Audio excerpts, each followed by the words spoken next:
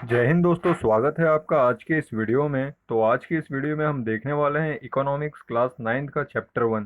जैसा कि आप सभी जानते होंगे कि एनसीईआरटी बहुत ही इंपॉर्टेंट है बेस बनाने के लिए। तो आज की इस वीडियो में चलिए देखना शुरू करते हैं क्लास 9th इकोनॉमिक्स का चैप्टर 1। उससे पहले मैं आपको बता दूं कि इस क्लास 9th में टोटल 4 चैप्टर हमें कवर करने हैं। देखिए, पहला चैप्टर बात करता है the story of a village Palampur, ठीक है। तो उसके बारे में उस फर्स्ट चैप्टर में डिस्कस करेंगे और जो भी कंसेप्ट है वहाँ देख लेंगे। सेकंड चैप्टर बात करेगा पीपल एज अ रिसोर्स, और जो थर्ड चैप्टर है वो बात करेगा पॉवर्टी एज अ चैलेंज, और फोर्थ चैप्टर बात करेगा फूड सिक्योरिटी के बारे में। तो ऐसे करके टोटल हमें 4 चैप्टर्स देखने हैं। तो इस वीडियो में हम फर्स्ट चैप्टर से स्टार्ट करेंगे। तो देखिए, स्टोरी ऑफ विलेज पालमपुर, ठीक है। तो इस चैप्टर में एक जो विलेज है पालमपुर, उसके बारे में सारी जानकारी दी गई है और उसके एग्जाम्पल के तहत हमें समझाने की कोशिश की गई है कि क्या क्या डिफरेंट डिफरेंट एक्टिविटीज़ होती है, ठीक है। तो उसको हम देखना शुरू करते हैं। तो देखिए, यहाँ पर जो फार्मिंग है वो एक मेन एक्टिविटी है, ठीक है। कि ज़्यादातर जो लोग हैं वो फार्मिंग एक्टिविटीज़ में इन्वॉल्व हैं। और सेवरल जो अदर एक्टिविटीज़ जो छोटे स्केल पे होती हैं, जैसे कि जो डेयरी हो गया और ट्रांसपोर्ट हो गया, ये सब भी थोड़ा बहुत कर लिया जाता है। तो इसमें बेसिकली जो नेचुरल रिसोर्सेस हैं, मैन मेड आइटम्स हैं, ह्यूमन एफर्ट्स है, मनी है, इनका काफ़ी इस्तेमाल होता है, ठीक है। नेचुरल रिसोर्सेज की बात करें तो जैसे लैंड हो गया, ठीक है।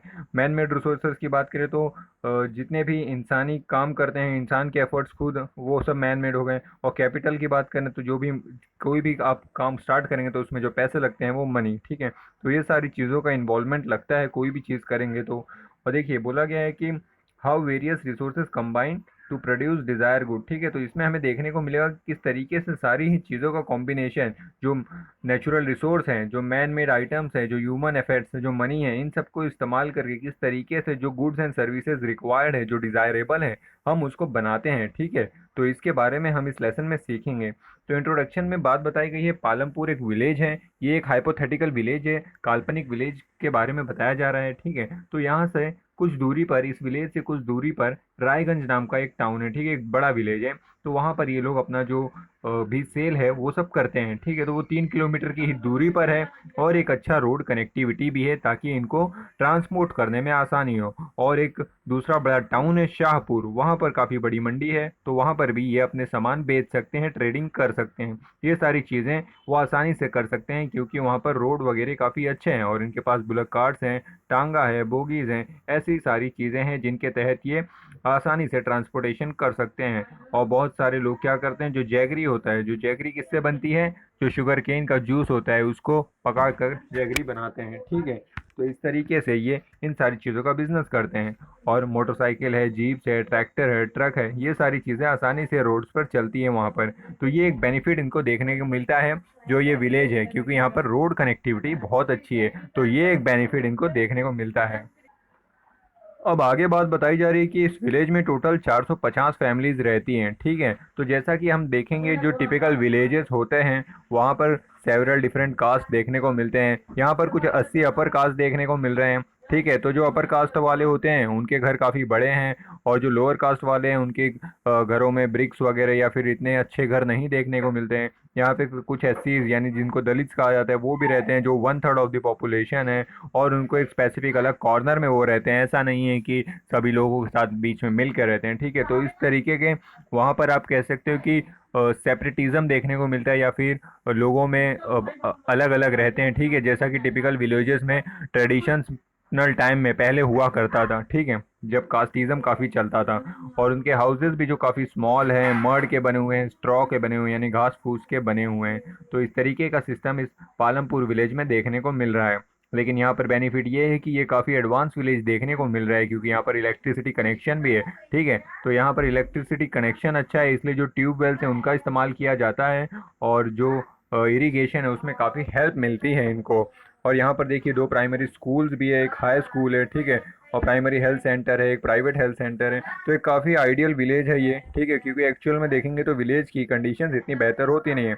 और यहाँ पर फेयरली वेल डेवलप रोड है ताकि ट्रांसपोर्ट वगैरह अच्छा हो सके, इलेक्ट्रिसिटी अच्छी है, इरीगेशन अच्छा है, स्कूल सिस्टम है, हेल्थ केयर है। तो काफ़ी एक आप कह सकते हो कि डेवलप और आइडियल विलेज है ये। अगर इस तरीके के असल में विलेज होने लगे तो कुछ पिक्चर अलग ही होगी भारत की, ठीक है। अब देखिए, आगे बात बताई जा रही है नॉन फार्मिंग एक्टिविटीज़ के बारे में, कि जो स्मॉल मैन्युफैक्चरिंग, ट्रांसपोर्ट है, और जो शॉप कीपिंग है, इस तरीके की कुछ नॉन फार्मिंग एक्टिविटीज़ भी कभी कभार यहाँ के कुछ लोग कर लेते हैं। ठीक है, तो इस तरीके की एक बेसिक इंट्रोडक्शन दी गई है पालमपुर विलेज के बारे में कि किस तरीके से ये विलेज है।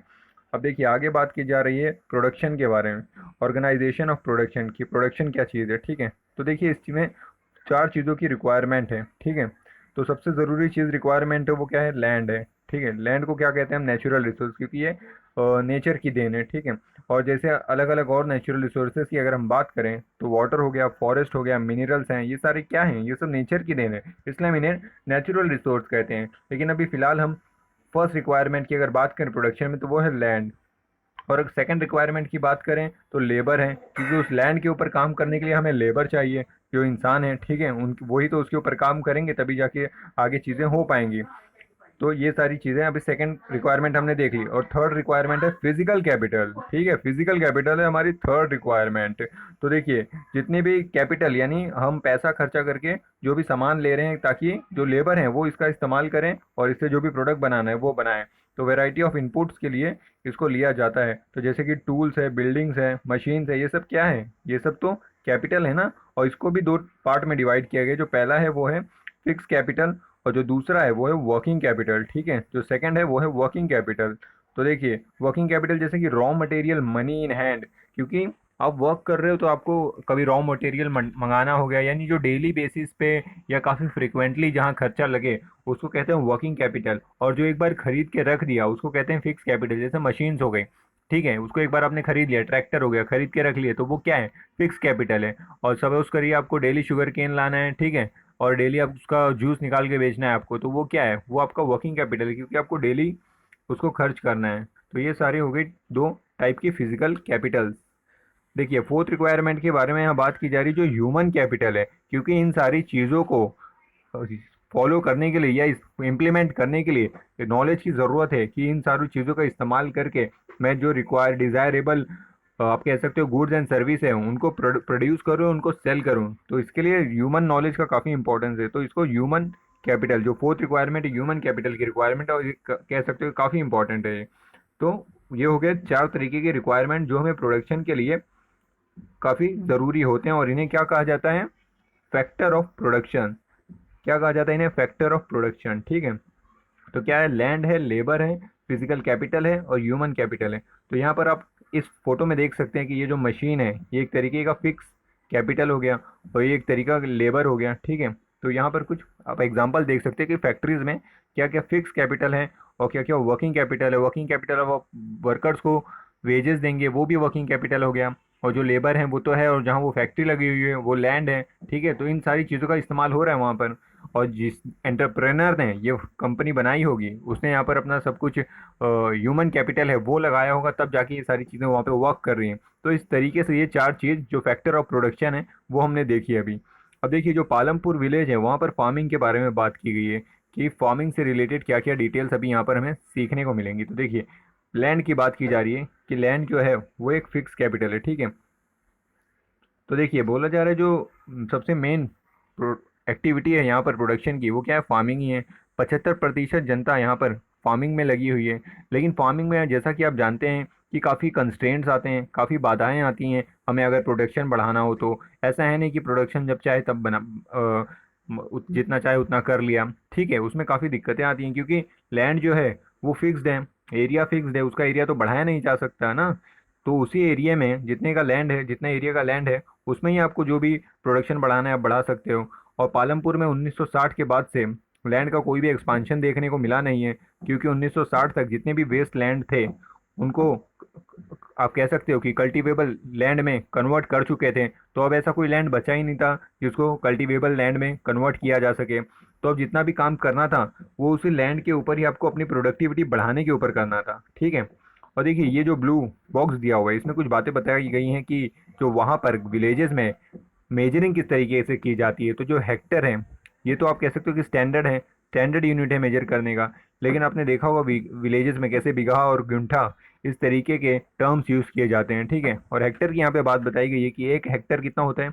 अगर 100 मीटर का आप एक एक साइड अगर स्क्वायर है उसका एक साइड 100 मीटर का है तो वो जो एरिया निकलेगा वो एक हेक्टर एरिया है। ठीक है, अब देखिए आगे बात बताई जा रही है कि इस the way one can grow more from the same land, ठीक है, कि क्या उसी, क्योंकि लैंड फिक्स है, तो क्या उसी फिक्स लैंड में से हम प्रोडक्शन बढ़ा सकते हैं, ठीक है। तो उस बारे में यहाँ पे बात की जा रही है, तो देखते हैं कि क्या बातें बताई जा रही हैं। अब देखिए यहाँ पे कुछ सीजनल जो क्रॉप्स के सीज़न है उसके बारे में बताई गई, जैसे कि खरीफ है, रबी है, ठीक है। तो खरीफ क्रॉप क्या होते हैं, जब बरसात का मौसम होता है तो उसमें जो क्रॉप्स आते हैं उन्हें हम खरीफ क्रॉप कहते हैं, ठीक है।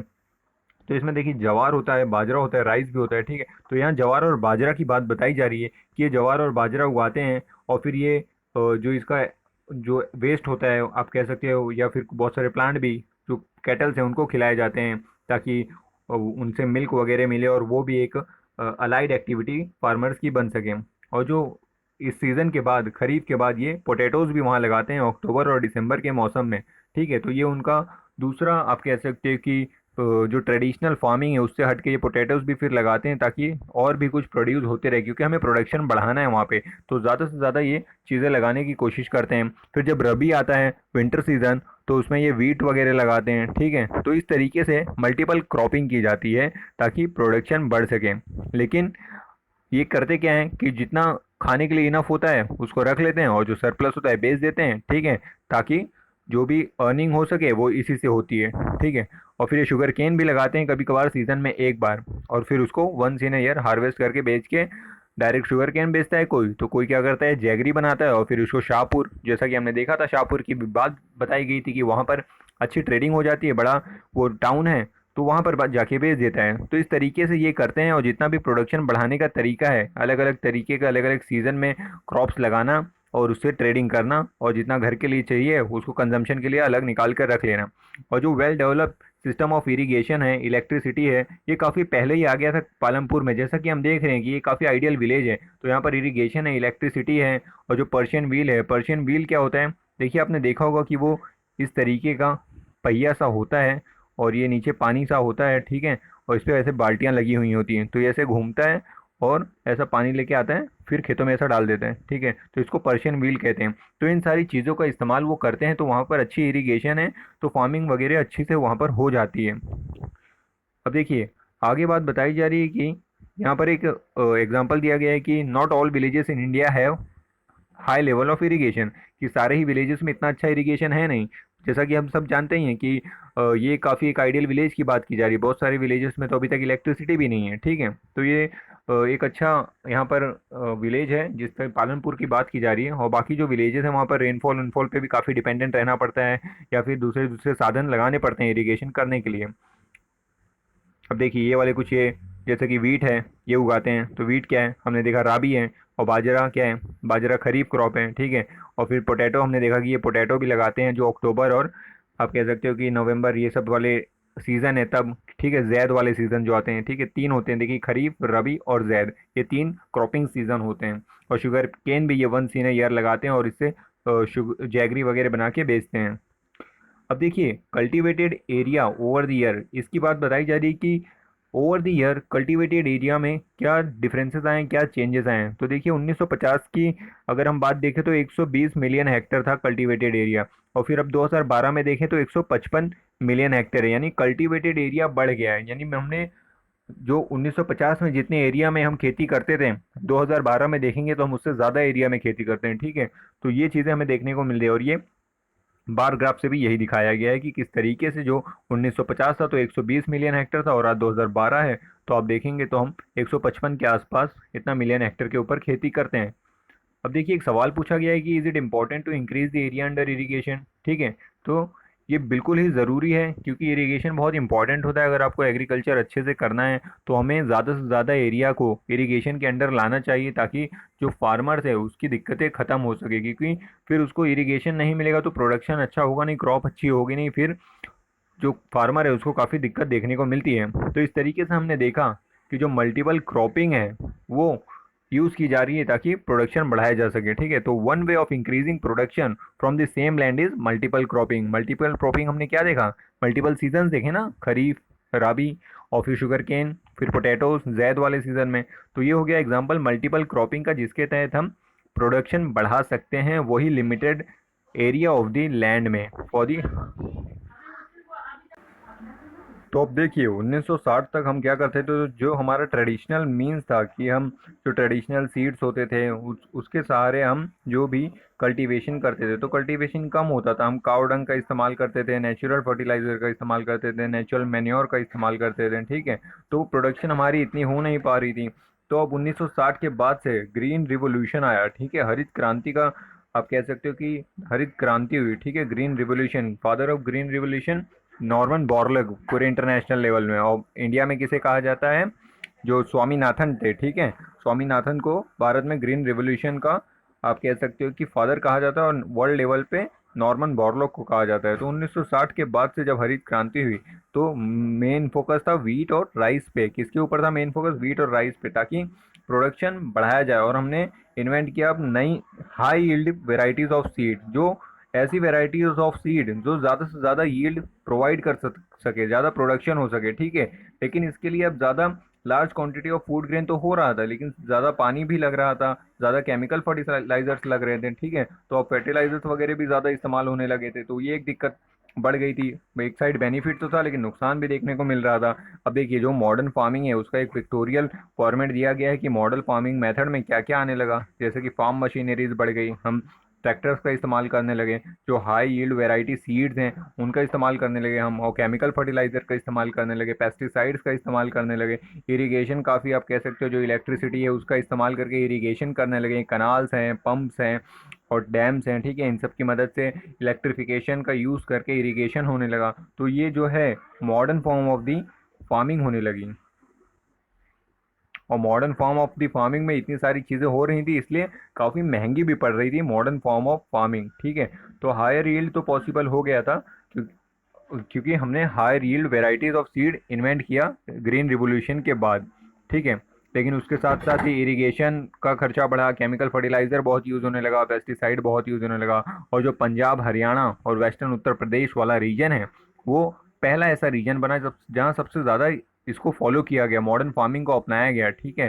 तो अब ज़्यादा से ज़्यादा ट्रैक्टर्स, थ्रेशर्स, जो प्लॉइंग और हार्वेस्टिंग के मशीन्स होते हैं, ठीक है, उसका ज़्यादा भी यूज़ होने लगा। तो इसकी पॉजिटिव साइड ये हुई कि प्रोडक्शन बढ़ने लगी, लेकिन इसका एक नेगेटिव पहलू भी है कि जो लेबर्स हैं उनकी रिक्वायरमेंट कम होने लगी, तो अनएम्प्लॉयमेंट थोड़ा सा होने लगा, ठीक है। क्योंकि जब आप ट्रैक्टर और हार्वेस्टर और सब थ्रेशर सब खरीद लोगे, तो थ्रेशर यानी कि जो छिलका निकालने वाली मशीन है, तो वो सब पहले लेबर करते थे, अब मशीन करेगी, तो अनएम्प्लॉयमेंट बढ़ गया।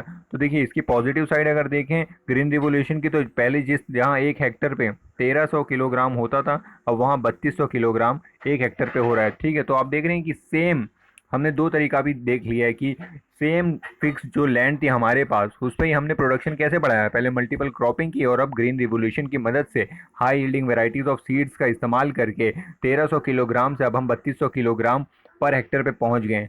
अब देखिए आगे कुछ डिस्कस करने के बारे में बताया गया है कि what is the difference between the multiple cropping and modern farming method. तो मल्टीपल क्रॉपिंग में हम तरह तरह की क्रॉपिंग किया करते थे, जैसे कि सीजनल क्रॉपिंग्स थी, खरीफ, राबी और फिर विंटर में जैसे पोटैटोज वगैरह लगा दिए, ठीक है, जैसा कि अक्टूबर और नवंबर वाला टाइम था, जैद वाला जो सीज़न था, ठीक है।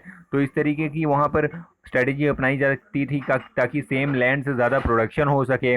लेकिन अब जो new form of the agriculture है, फार्मिंग है, उसमें हम क्या कर रहे हैं, हमने ग्रीन रिवोल्यूशन लाया है। हम क्या कर रहे हैं कि अलग अलग तरीके के नए high yielding varieties of seeds का इस्तेमाल कर रहे हैं, केमिकल फर्टिलाइजर्स का इस्तेमाल कर रहे हैं, ठीक है। तो ये सारे डिफरेंसेस दोनों के बीच में। अब देखिए आगे बोला जा रहा है कि जो green revolution in the unit of million ton. अच्छा, यहाँ पे डिफरेंसेस बताए गए हैं कि जो पल्सेस था उसमें क्या चेंजेस आए, जो वीट था उसमें क्या चेंजेस आए, ठीक है। तो इसके बारे में देख लेते हैं, क्योंकि दोनों पर ही सेम रिजल्ट देखने को मिला नहीं। अगर हम कंपेयर करें 1965 से, तो देखिए जो पल्सेस हैं यानी जो दाल है, वो अगर 10 टन हुआ करते थे, तो वीट भी 10 टन हुआ करता था। लेकिन अगर 2015 देखें तो पल्सेस 17 ही टन हो रहे हैं, और वीट 10 से सीधा 94 टन, यानी आप कह सकते हो कि 10 टाइम्स वृद्धि हुई है। और पल्सेस में सिर्फ 2 टाइम्स हुई, क्योंकि ग्रीन रिवोल्यूशन किस पे फोकस करता है, वीट और राइस, इस पे फोकस किया था उसने। इसलिए देखिए जो वीट है सीधा 10 टाइम्स हो गया है, और जो पल्सेस है वो अभी भी 2 टाइम्स है। तो ये डिफरेंसेस हैं पल्सेस और वीट में, कि प्रोडक्शन सेम तरीके से दोनों का नहीं बढ़ा है। अब देखिए आगे बोला गया है, what is the working capital required by the farmer using modern farming method. की जो मॉडर्न फार्मिंग मेथड इस्तेमाल कर रहे हैं उनके लिए कैपिटल क्या क्या रिक्वायर्ड है, जो वर्किंग कैपिटल है, ठीक है। तो अगर आप वर्किंग कैपिटल देखेंगे तो फिक्स कैपिटल तो ट्रैक्टर वगैरह हो गया, अगर आप लेंगे कि मॉडर्न फार्मिंग करेंगे तो वो तो फिक्स हो गया। लेकिन वर्किंग कैपिटल क्या है कि आप सीड्स खरीद के लाएंगे, और अगर आप लार्ज फार्मर हैं तो आप लेबर लगवाएंगे यहाँ पे, उनको वेजेस देंगे, ठीक है। तो ये सारी वर्किंग कैपिटल्स होंगी अगर आप modern way of the farming करेंगे तो। अब देखिए आगे देखते हैं और क्या बातें बताई जा रही हैं।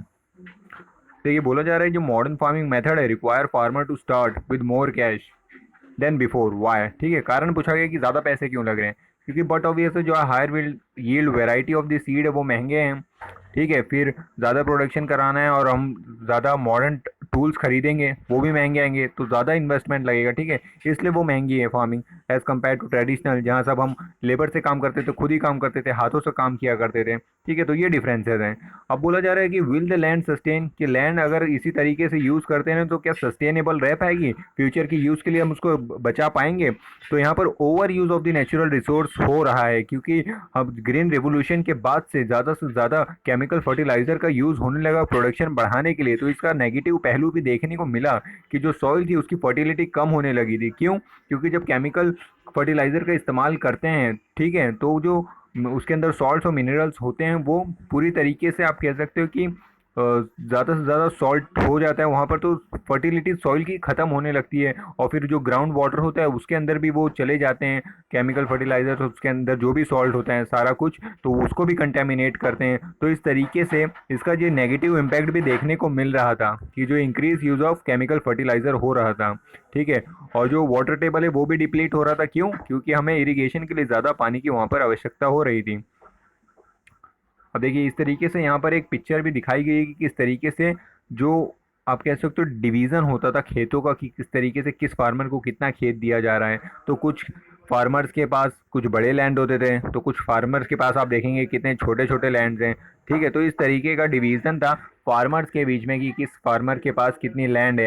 ऐसा था नहीं कि सभी फार्मर्स के पास सेम तरीके के लैंड हुआ करते थे। और अगर हम बात करें ग्रीन रिवोल्यूशन की केमिकल फर्टिलाइजर के यूज़ की, तो पंजाब ही एक ऐसा आप कह सकते हो कि ऐसा स्टेट निकल कर आया था कि जो बहुत ज़्यादा उसने ग्रीन रिवोल्यूशन का आप कह सकते हो यूज़ किया, फ़ायदा उठाया और ज़्यादा से ज़्यादा केमिकल फर्टिलाइज़र का यूज़ करके अपना प्रोडक्शन बढ़ाने के ऊपर काम किया। अब देखिए 14 पॉइंट बताया जा रहा है कि how is land distributed between the farmers, ठीक है। जैसा कि अभी हमने ऊपर तस्वीर देखी है कि किस तरीके से फार्मर्स के बीच में लैंड का डिस्ट्रीब्यूशन हुआ है।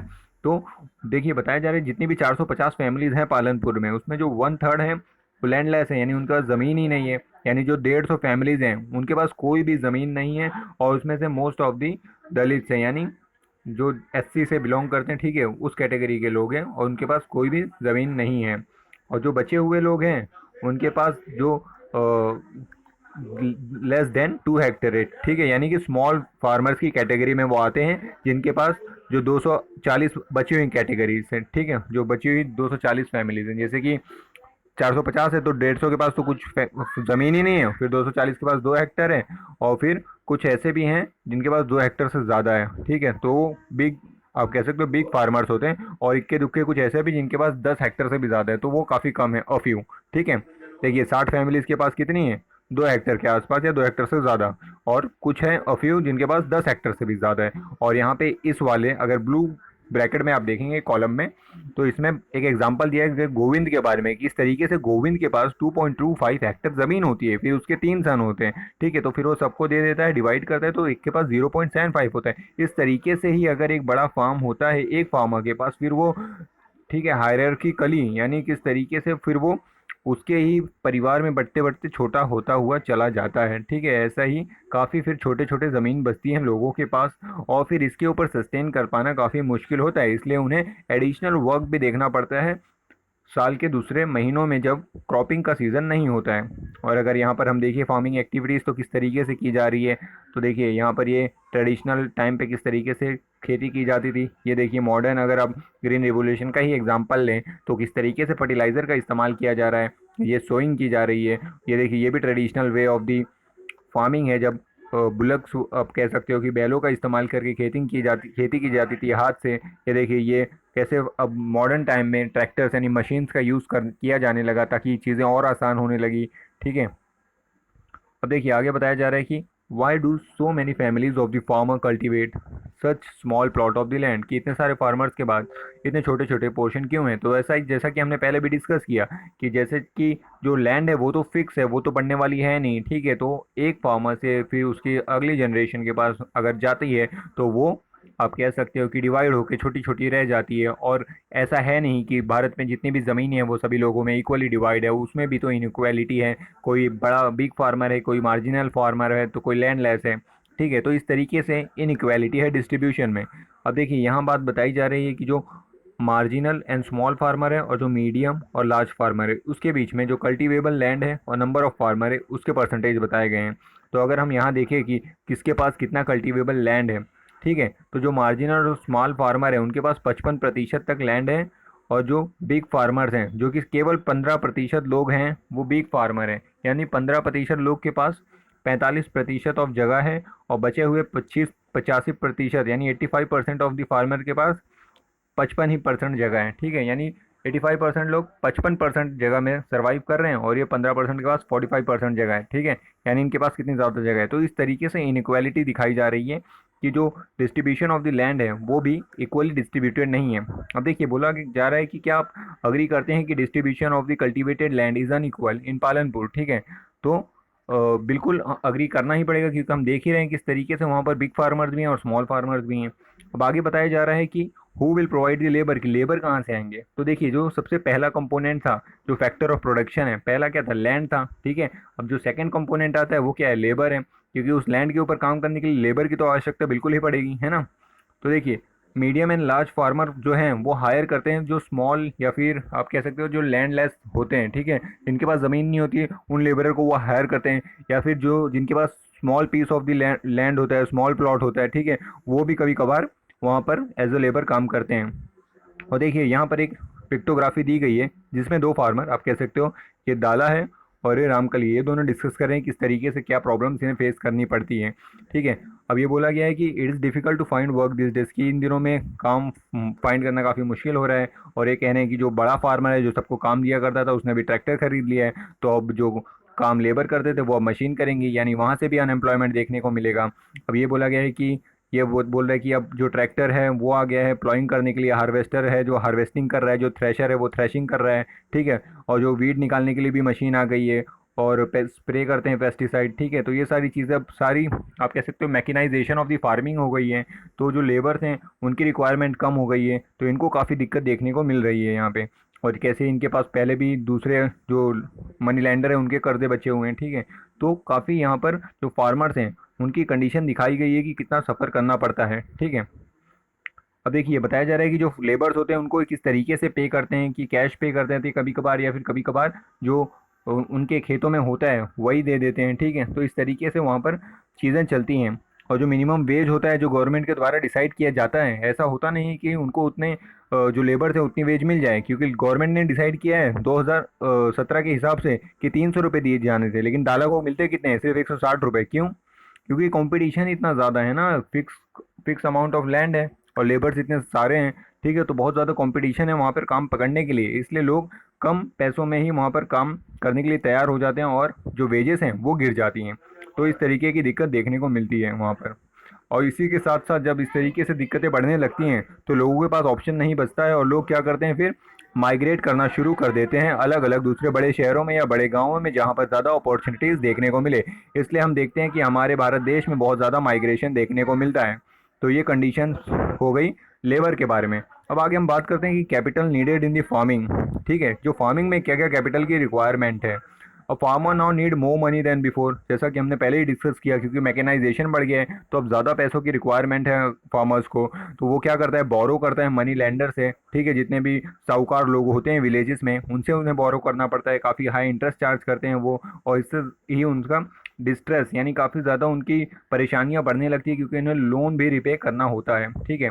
अब यहाँ पर एक एग्जांपल दिया गया है किस तरीके से सविता जो एक फार्मर है, ठीक है, स्मॉल फार्मर है, उसको 3,000 रुपये चाहिए, तो वो तेजपाल जो एक बिग फार्मर है उससे 24% पे लोन लिया जाता है, ठीक है। तो देख रहे हैं आप कितना ज़्यादा यहाँ पर इंटरेस्ट चार्ज किया जाता है। और ऐसी भी कंडीशन लगाई जाती है कि इन फ्यूचर उसे 100 रुपये पर डे में ही उसके यहाँ एज ए लेबर भी काम करना होगा। तो इतनी कम यहाँ पर हमने ऊपर देखा कि दालों को 160 रुपये के आसपास मिल रहे थे, जबकि गवर्नमेंट ने 300 रुपये डिसाइड किए थे, यहाँ पर सिर्फ 100 रुपये दिए जा रहे हैं। ठीक है, तो इस तरीके से काफ़ी एक्सप्लॉयटेशन होता है फार्मर्स का। और जो यहाँ पर बिग फार्मर होते हैं उनको अगर कैपिटल की ज़रूरत पड़े तो वो क्या करते हैं, वो खुद भी अपनी सेविंग्स बचा के रखते हैं, तो उनको इजीली कोई दिक्कत आती नहीं और वो अपनी सेविंग से ही काम करा लेते हैं। लेकिन जो स्मॉल फार्मर्स हैं उनको काफ़ी दिक्कत यहाँ पर देखने को मिलती है। तो अभी तक हमने डिस्कस किया कि क्या क्या 4 फैक्टर हैं जो प्रोडक्शन के हैं। 3 फैक्टर की अगर बात करें तो जो लैंड हो गया, लेबर हो गया और कैपिटल, और जो चौथा था ह्यूमन कैपिटल, उसको भी हम अलग रखते हैं। ठीक है, तो देखिए थोड़ा रिवाइज करने की कोशिश करें।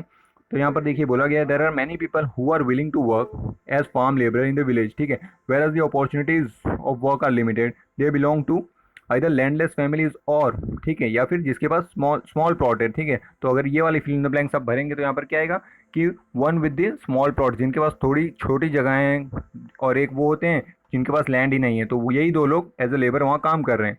अब देखिए next fill in the blank क्या कह रहे हैं कि in contrast to the labour dash is a scarce factor of production. ठीक है, अगर आप देखेंगे कि लेबर तो बहुत ज़्यादा है लेकिन जो लैंड है वो तो फिक्स है ना।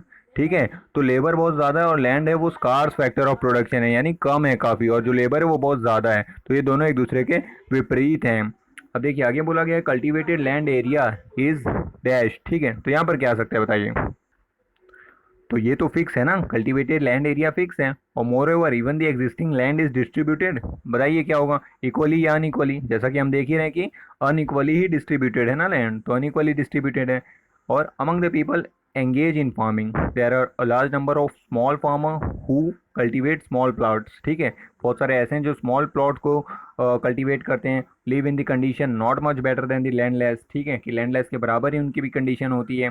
मैक्सिमम यूज़ करते हैं एग्जिस्टिंग लैंड का, और farmer use dash and dash techniques.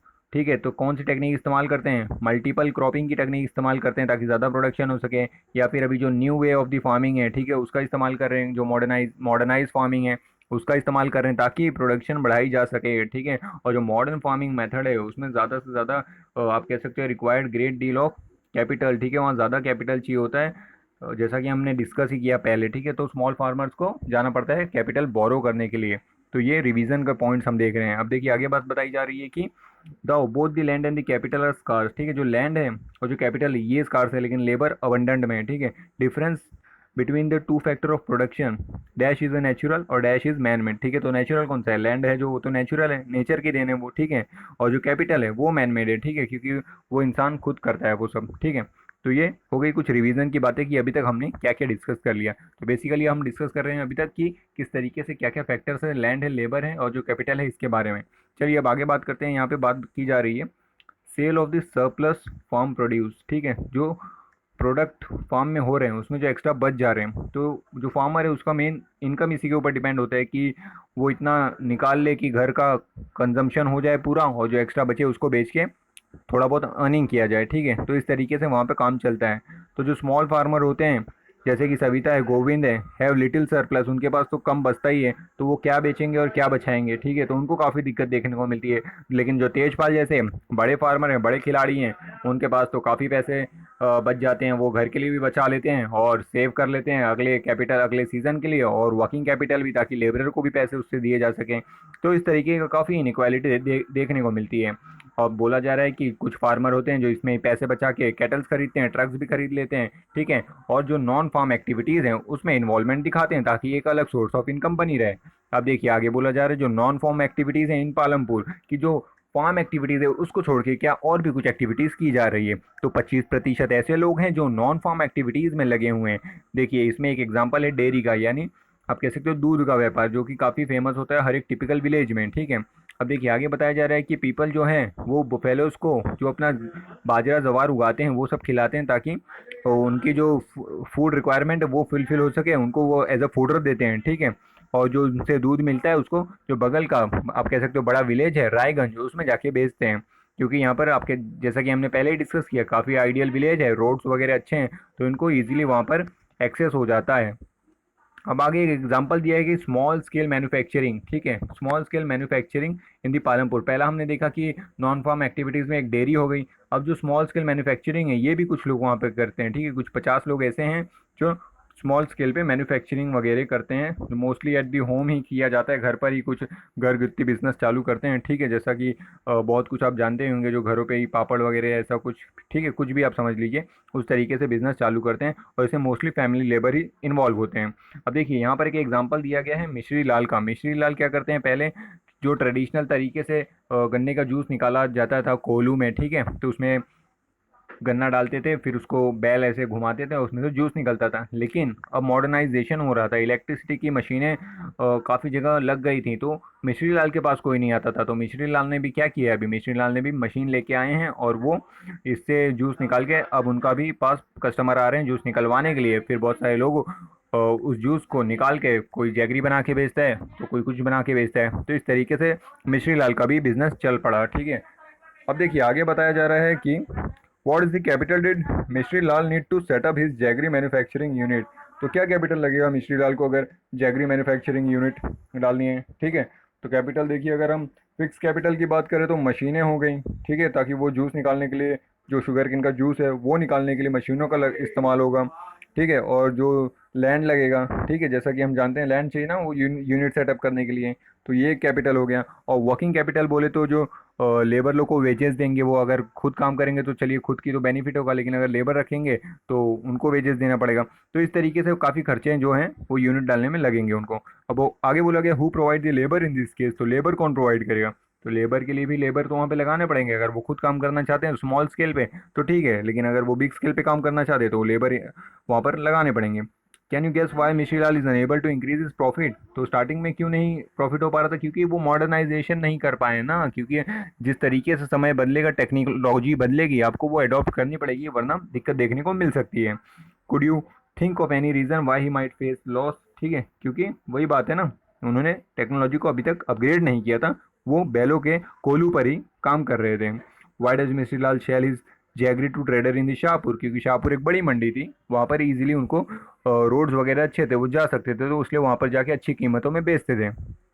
और देखिए जो तीसरी नॉन फॉर्म एक्टिविटीज़ की जाती थी वो शॉपकीपर्स की थी, कि छोटी मोटी दुकानें खोली जाती थी और वहाँ पर ग्रोसरीज बेचे, ग्रोसरीज या फिर जो घरगथ्थू डेली इस्तेमाल करने वाली चीज़ें होती हैं उनको बेचा जाता था, ठीक है। तो वहाँ से भी लोग अच्छा कमाई कर रहे थे। तो राइस हो गया, वीट हो गया, शुगर है, टी है, ऑयल बिस्किट, ये सारी दुकानें जो होती हैं, ठीक है, तो यहाँ से भी लोग कमाई कर रहे हैं। तो इस तरीके से additional source of the income भी लोग वहाँ पर कर रहे थे कोशिश। और देखिए यहाँ पर एक एग्जांपल दिया गया है कंप्यूटर क्लास का, जो करीम खोलता है, ठीक है। तो इस तरीके से अलग अलग तरह की इकोनॉमिक एक्टिविटीज़ वहाँ पर चालू थी, ठीक है। अब आगे बोला गया है कि transport a fast developing sector, ठीक है। तो ट्रांसपोर्ट की भी बात की गई कि बहुत सारे लोग ट्रांसपोर्ट में भी इन्वॉल्व थे। देखिए बहुत सारे लोग रिक्शा वाले थे, टांगा वाले थे, जीप, ट्रैक्टर, ट्रक ड्राइवर्स थे, ये सारे लोग थे। और वहाँ पर रोड काफ़ी बढ़िया था, तो ठीक है, वो लोग इजीली लेके सामान को डिलीवर करते थे और अच्छी कमाई कमाते थे। और यहाँ पर एक बात बताई जा रही है किशोरा की। किशोरा एक लेबरर थे, उन्होंने एक बफेलो खरीदा और बफेलो का मिल्क भी बेचते थे, और उस बफेलो के पीछे एक कार्ड भी बांध दिया, और बहुत सारी टाइम पे वो ट्रांसपोर्ट का भी बिजनेस करते थे, उससे भी अच्छी कमाई हो जाती थी, ठीक है। अब बोला जा रहा है जो किशोरा है उसकी क्या फिक्स कैपिटल है, तो बताइए फिक्स कैपिटल क्या हो सकती है। तो जो किशोरा ने बफेलो खरीदा वो तो एक फिक्स कैपिटल है ना, ठीक है। और तो वो ये एक फिक्स कैपिटल हो गई। अब उसके ऊपर वो अपना जो अर्निंग है वो कर रहे हैं, मिल्क को सेल कर रहे हैं, ट्रांसपोर्टेशन कर रहे हैं। What do you think would be his working capital. तो वर्किंग कैपिटल क्या है, जो आप कह सकते हो बफेलो को फूडर खिलाना है उसके ऊपर जो खर्चा हो रहा है, तो वो उनकी वर्किंग कैपिटल हो गई। In how many production activities Kishora involve. तो किशोरा किसमें किसमें इन्वॉल्व है, किशोरा ट्रांसपोर्टेशन में इन्वॉल्व है, किशोरा मिल्क बेच रहे हैं, किशोरा फार्मिंग कर रहे हैं, ठीक है, या फिर लेबरर हैं, लेबरर कर रहे हैं, ठीक है, वो सारी चीज़ें कर रहे हैं। तो ये सारी चीज़ें हैं। और बेनिफिट ऑफ द रोड तो है ही, क्योंकि रोड इतना बढ़िया है तो इजीली ट्रांसपोर्टेशन हो जा रहा है। अब हम फाइनली पहुंच चुके हैं समरी ऑफ द लेसन पे, जो कि काफ़ी ज़रूरी होता है रीड करना, क्योंकि एक क्रक्स मिल जाता है कि हमने लेसन में क्या देखा। तो देखिए इस लेसन में बात की जा रही है फार्मिंग के बारे में, जो है कि एक मेन प्रोडक्शन है, एक विलेज का एग्जाम्पल दिया है पालमपुर, उसके द्वारा सारी चीज़ें समझाने की कोशिश की गई है। तो फार्मिंग एक मेन प्रोडक्शन एक्टिविटी है पालनपुर में, और ज़्यादा से ज़्यादा वहाँ पर लोग फार्मिंग ही करते हैं, 75% लोग।